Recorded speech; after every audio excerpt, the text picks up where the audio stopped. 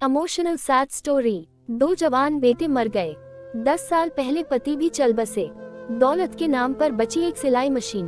70 साल की बूढ़ी ममता गांव भर के कपड़े सिलती रहती। बदले में कोई चावल दे जाता तो कोई गेहूं या बाजरा। सिलाई करते समय उसकी कमजोर गर्दन डमरू की तरह हिलती रहती। दरवाजे के सामने से जो भी निकलता वो उसे राम राम कहना न भूलती।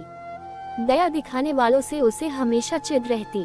छोटे छोटे बच्चे दरवाजे पर आकर ऊधम मचाते, लेकिन ममता उनको कभी बुरा भला न कहकर उल्टे खुश होती। प्रधान जी कन्या पाठशाला के लिए चंदा इकट्ठा करने निकले तो ममता के घर की हालत देखकर पिघल गए। क्यों दादी, तुम हाँ कह दो तो तुम्हें बुढ़ापा पेंशन दिलवाने की कोशिश करूं। ममता घायल सी होकर बोली, अंडस को भगवान ने 2 हाथ दिए हैं।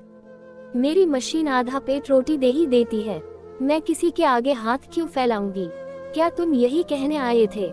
मैं तो कन्या पाठशाला बनवाने के लिए चंदा लेने आया था, पर तेरी हालत देखकर तू कन्या पाठशाला बनवाएगा। ममता के झुर्रियों भरे चेहरे पर सुबह की धूप सी खिल गई।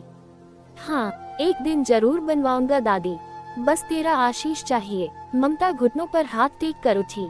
ताक पर रखी जंग खाए संदूकची उठा लाई।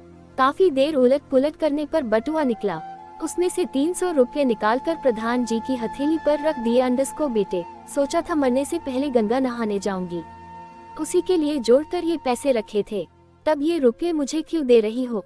गंगा नहाने नहीं जाओगी बेटे, तुम पाठशाला बनवाओ, इससे बड़ा गंगा स्नान और क्या होगा। कहकर ममता फिर कपड़े सीने में जुट गई। माँ की मृत्यु के बाद तीसरा दिन था। घर की परंपरा के अनुसार मृतक के वंशज उनकी स्मृति में अपनी प्रिय वस्तु का त्याग किया करते थे। मैं आज के बाद बैंगनी रंग नहीं पहनूंगा, बड़ा बेटा बोला। वैसे भी जिस ऊंचे ओहदे पर वो था, उसे बैंगनी रंग शायद ही कभी पहनना पड़ता। फिर भी सभी ने तारीफें की। मंझला कहाँ पीछे रहता। मैं जिंदगी भर गुड़ नहीं खाऊंगा, ये जानते हुए भी कि उसे गुड़ की एलर्जी है। पिता ने सांत्वना की सांस छोड़ी। अब सबकी निगाहें छोटे पर थी। वो स्तब्ध सा माँ के चित्र को तके जा रहा था। तीनों बेटों की व्यस्तता और अपने काम के प्रति प्रतिबद्धता के चलते माँ के अंतिम समय कोई नहीं पहुँच पाया था। सब कुछ जब पिता कर चुके, तब बेटों के चरण घर से लगे। मेरे 3 बेटे और एक पति, चारों के कंधों पर चढ़कर शमशान जाऊंगी मैं। माँ की ये लार भरी गर्वोक्ति कितनी ही बार सुनी थी उसने, और आज उसका खोखलापन भी देख लिया। बोलिए समीर जी। पंडित जी की आवाज से उसकी तंद्रा भंग हुई। आप किस वस्तु का त्याग करेंगे अपनी माता की स्मृति में?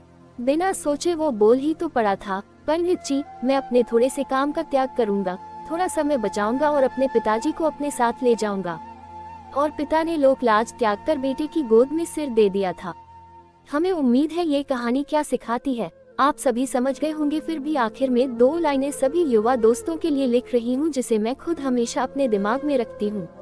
अपने कीमती समय से थोड़ा समय अपने परिवार के लिए, बड़े बुजुर्गों के लिए भी निकालिए, क्योंकि शायद जब आपके पास समय होगा तब आपके पास ये खूबसूरत सा परिवार नहीं होगा।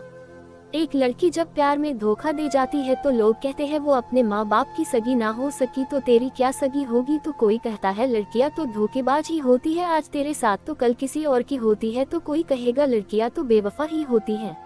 पर एक बात तो छिपी हुई हमेशा होती है। मुझे नहीं पता लड़कियां बेवफा है या नहीं है, पर इतना कह सकता हूँ कि वो दिल की बहुत खूबसूरत होती है। जब वो हमसे मिलने आती है तो हमारे खातिर घर वालों से भी झूठ बोल जाती है। हम खुश रहे इसलिए सबसे छुपते छुपाते झूठ बोलकर हमसे मिलने आती है, और हमारी खुशी के लिए हमें खोने के डर से वो अपने आप को हमें सौंप देती है। यहाँ तक कि अपना कौमार्य तक हमें दे देती है, जिस पर सिर्फ शादी के बाद पति का हक होता है। और ऐसा बहुत कम ही होता है कि बीएफ अपनी जीएफ से शादी करे, पर हाँ सेक्स लगभग सभी करना चाहते हैं।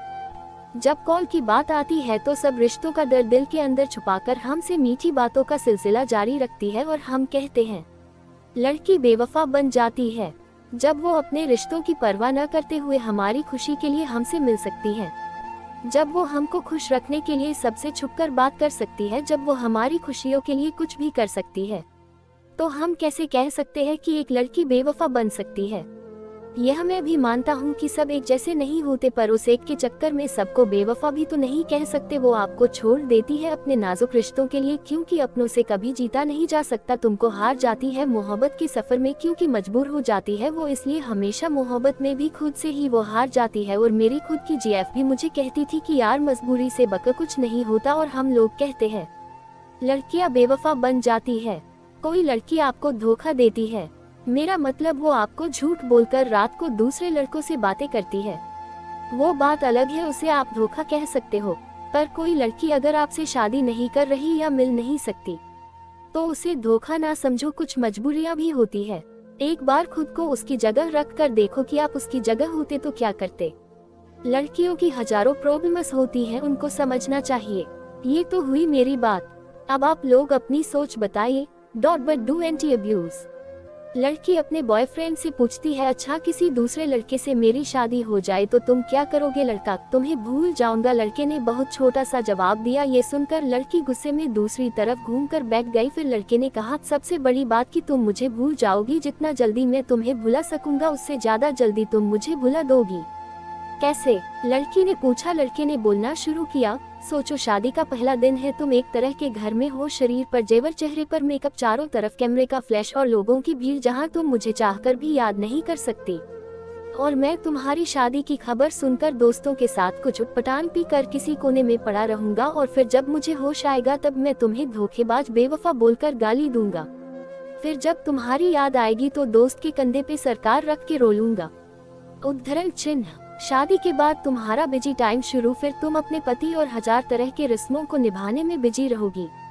फिर कभी कभी तुम्हें मेरी याद आएगी जब तुम अपने पति का हाथ पकड़ोगी, उसके साथ बाइक पर बैठोगी और मैं आवारा की तरह इधर उधर घूमता रहूंगा जैसे जिंदगी का कोई मकसद ही नहीं, और अपने दोस्तों को समझाऊंगा कि कभी प्यार मत करना, कुछ नहीं मिलता, जिंदगी खत्म हो जाती है प्यार के चक्कर में। कुछ वक्त बाद तुम पति के साथ हनीमून पर जाओगी, नया घर होगा, शॉपिंग होगी, नई जिम्मेदारियां, अब तुम बहुत खुश हो। अचानक तुम्हें मेरी याद आएगी और तुम सोचोगी पता नहीं किस हाल में होगा और मेरी खुशी की दुआ मांगते हुए वापस अपने परिवार में बिजी हो जाओगी। मैं अब तक मम्मी पापा भाई या फिर दोस्तों से डांट सुन सुनकर लगभग सुधर गया हूँ। सोच लिया अब कोई काम करना है, एक अच्छी सी लड़की से शादी करके तुम्हें भी दिखा देना है और सबको यही बोलूंगा कि भुला दिया है मैंने तुम्हें, लेकिन तब भी मैं तुम्हारे मैसेजेस को आधी रात को निकाल कर पाऊंगा और सोचूंगा शायद मेरे प्यार में ही कमी थी जो तुम्हें न पा सका। फिर अपनी तकलीफ को कम करने की कोशिश करूंगा। 2 साल बाद अब तुम कोई प्रेमिका या नई दुल्हन नहीं रही, अब तुम माँ बन चुकी हो। पुराने आशिक की याद और पति के प्यार को छोड़कर तुम अपने बच्चे के लिए सोचोगी, अब तुम अपने बच्चे के साथ बिजी रहोगी। मतलब अब तक मैं तुम्हारी जिंदगी से परमानेंटली डिलीट हो चुका हूँ। इधर मुझे भी एक अच्छा काम मिल गया है, शादी की बात चल रही है और लड़की भी पसंद हो गई है। अब मेरा बिजी टाइम शुरू हो गया, अब मैं तुम्हें सचमुच भूल गया हूँ। अगर किसी जोड़ी को देखता हूँ तो तुम्हारी याद आती है, लेकिन अब तकलीफ नहीं होती। यहाँ तक सुनने के बाद लड़के ने देखा लड़की की आंख में आंसू छलक रहे हैं। लड़की भरी आंखों से लड़के की तरफ देखती है, दोनों बिल्कुल चुप हैं पर आंखें बरस रही हैं। थोड़ी देर बाद लड़की, तो क्या सब कुछ यही खत्म हो जाएगा? लड़का, नहीं, किसी बात जब तुम रूठ जाओगी अपने पति से किसी बात पर, लेकिन तुम्हारे पति आराम से सो रहे होंगे पर उस रात तुम्हारी आंखों में नींद नहीं होगी और इधर मैं भी अपनी पत्नी से किसी बात पर खफा होकर तुम्हारी तरह जागूंगा। पूरी दुनिया सो रही होगी सिर्फ हम दोनों के अलावा, फिर हम अपने अतीत को याद करके खूब रोएंगे, एक दूसरे को बहुत महसूस करेंगे, लेकिन इस बात का भगवान के अलावा और किसी को पता नहीं चलेगा। बस इतना कहकर वो दोनों रोते हुए एक दूसरे को गले लगा लेते हैं। लड़का लड़की को फोन लगाता है। लड़का, हेलो माही।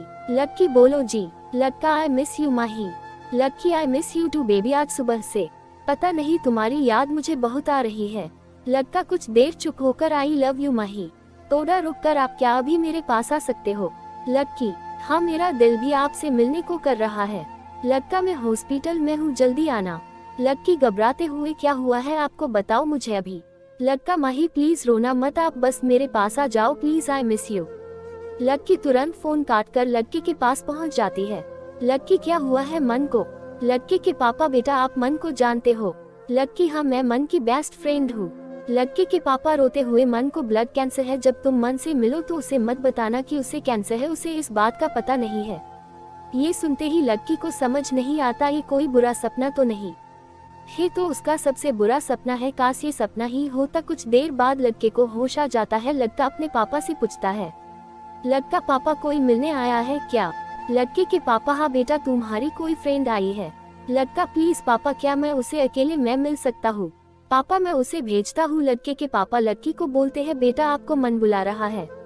माही सुनते ही तुरंत रूम की तरफ दौड़ कर जाती है। रूम के दरवाजे पर पहुंचकर थोड़ा रुक जाती है, जैसे उसे कुछ पता ना हो। लड़की, मन आप ठीक हो? लड़का माही आप आ गए हो ना, बस अब ठीक हो। लड़की रोना चाहती है पर वो लड़के के सामने अपने आप को संभालती है। हाँ आप जल्दी ठीक हो जाओगे।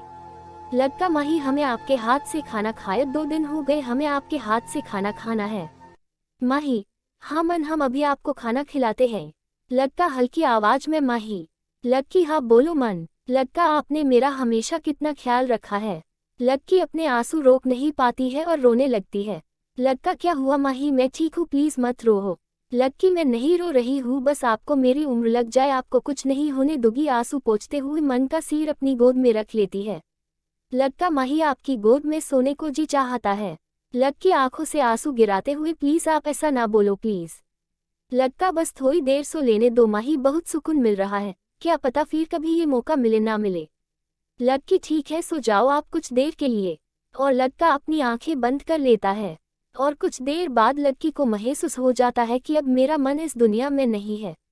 और वो उसे फिर भी नहीं छोड़ती है और वो भी अपनी आंखें बंद कर लेती है। बहुत देर हो जाती है तो लड़के के पापा रूम में जाते हैं और देखते हैं कि उनका प्यारा बेटा मन उसकी बेस्ट फ्रेंड की बाहों में दम तोड़ चुका था और लड़की की सांसें भी थम चुकी थी। दोनों एक दूसरे के साथ दम तोड़ देते हैं।